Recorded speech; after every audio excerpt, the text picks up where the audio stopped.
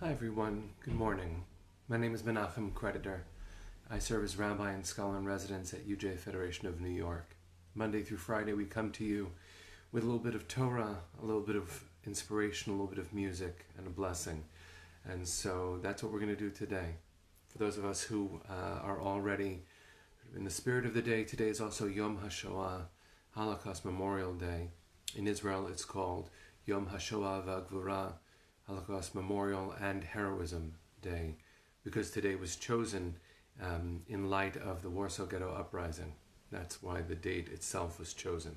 And so what I thought we would do is learn the way we learn, come together in the way that we have come together now for quite some time, share the space in this very real way, wish each other a good day, being mindful about the spirit of the day and what connects us all. So, good morning so far to Amy and to Tammy and Penina and a whole lot of other people who've already joined on this morning. Kim, it's so good to see you. Hi, Sanel. All right, so let's begin with a blessing, and then we'll work our way forward into our day. Here we go.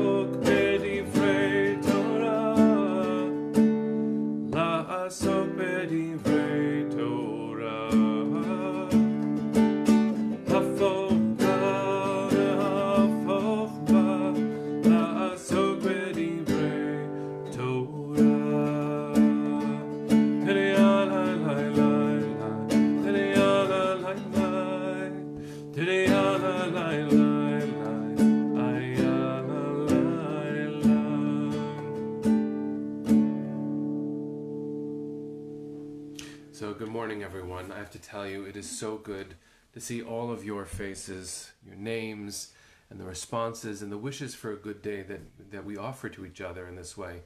So to Mindy, Lisa, Rebecca, Barbara, Andy, my gosh, it is so good to see everybody here.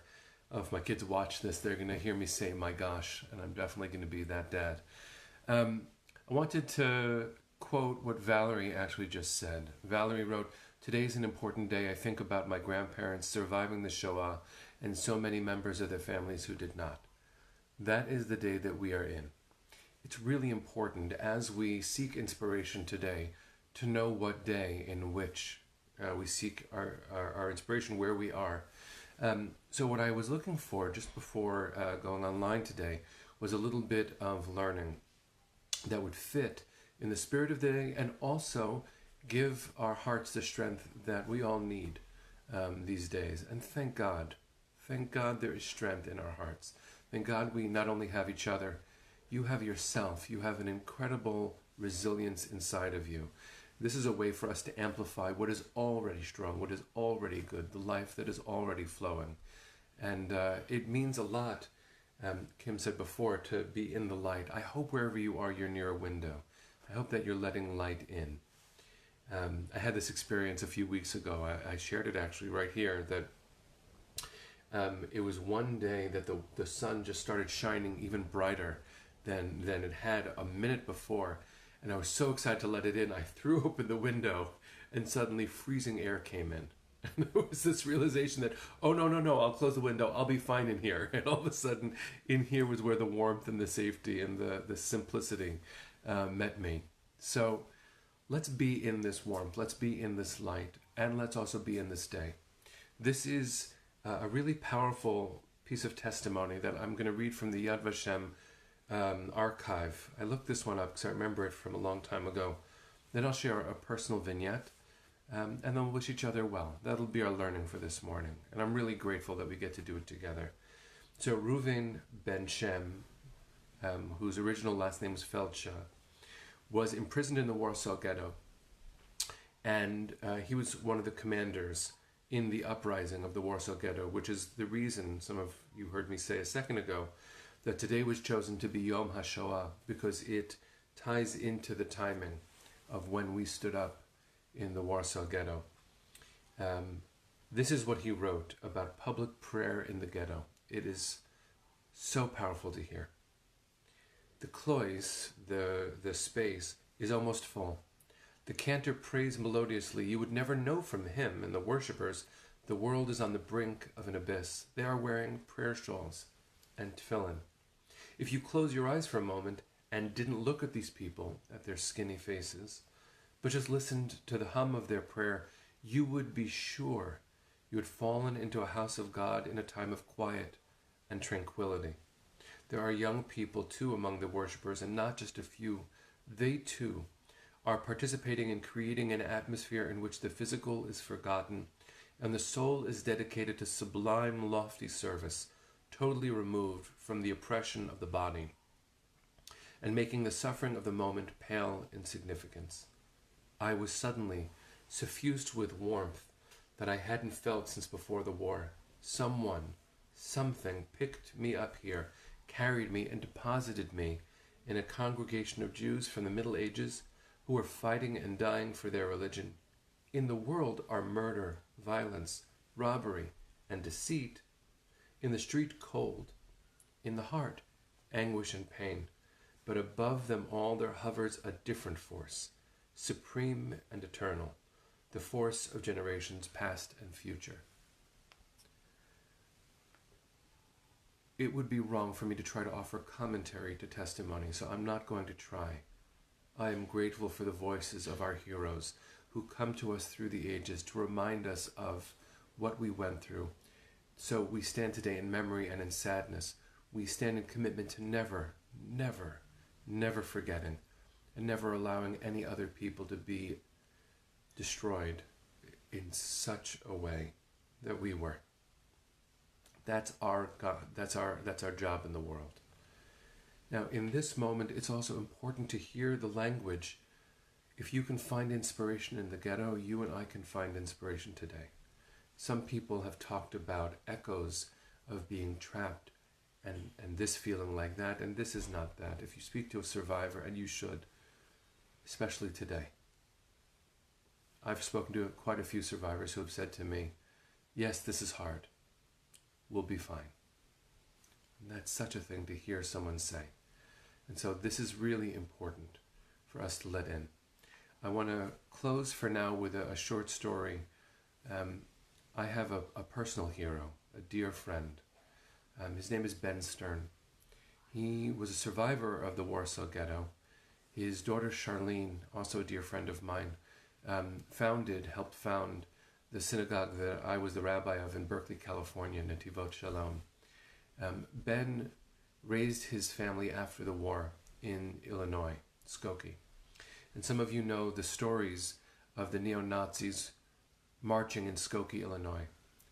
Ben Stern was a leader of the community. He founded the Janusz Korczak B'nai B'rith Lodge. Janusz Korczak was a very famous non-Jewish educator who made the choice to follow the orphans that were in his care, even though he was given the option of living and not being brought to the camps. He followed his children.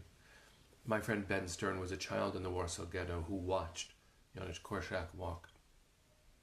So in Skokie, the march that the neo-Nazis had announced was planned for right after Yom Kippur. And Ben went to shul on that Yom Kippur, went to synagogue, and the rabbi spoke to the very sizable number of survivors who were in that community.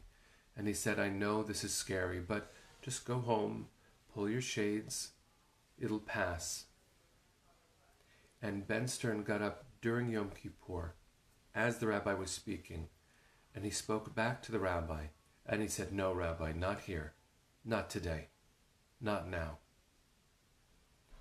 And the bravery of the young man who watched Janusz Korczak and survived the Warsaw Ghetto and the war, and who inspired his family to create strength in the Jewish community and beyond, who I marched with arm in arm when neo-Nazis came to Berkeley just a few years ago, who said to the rabbi, "No, never again," speaks through me, I hope, to you. There are ways that hate is rearing its head even on the digital platforms that we are using to congregate, to convene, to give hope. We have an obligation to see all hate as hate. Today is our day. Today is the day that we are called to remember our fallen. But it is also a call to action so that no one falls from hate again. Yes, that's aspirational, but that is also our job. We are called today to be resilient, to be strong, to give each other strength, and to bear testimony. It must be the kind of testimony that moves through my body. And so I bless you with the strength that it should move through yours. We should absorb, even while we're going through all of this, we should absorb the solemnity of today, the seriousness and sadness of today, and we should let it fill us with the emotions that come, and with a commitment to making the world a better place right now. That's in our power. And because it's in our power, it's also our responsibility. So, this is a little bit more serious than the other mornings that we've shared together. I know it's clear why. Let's sing our way into the day, and it will be good to walk into the sunshine tomorrow. So, here we go. No words, just the melody.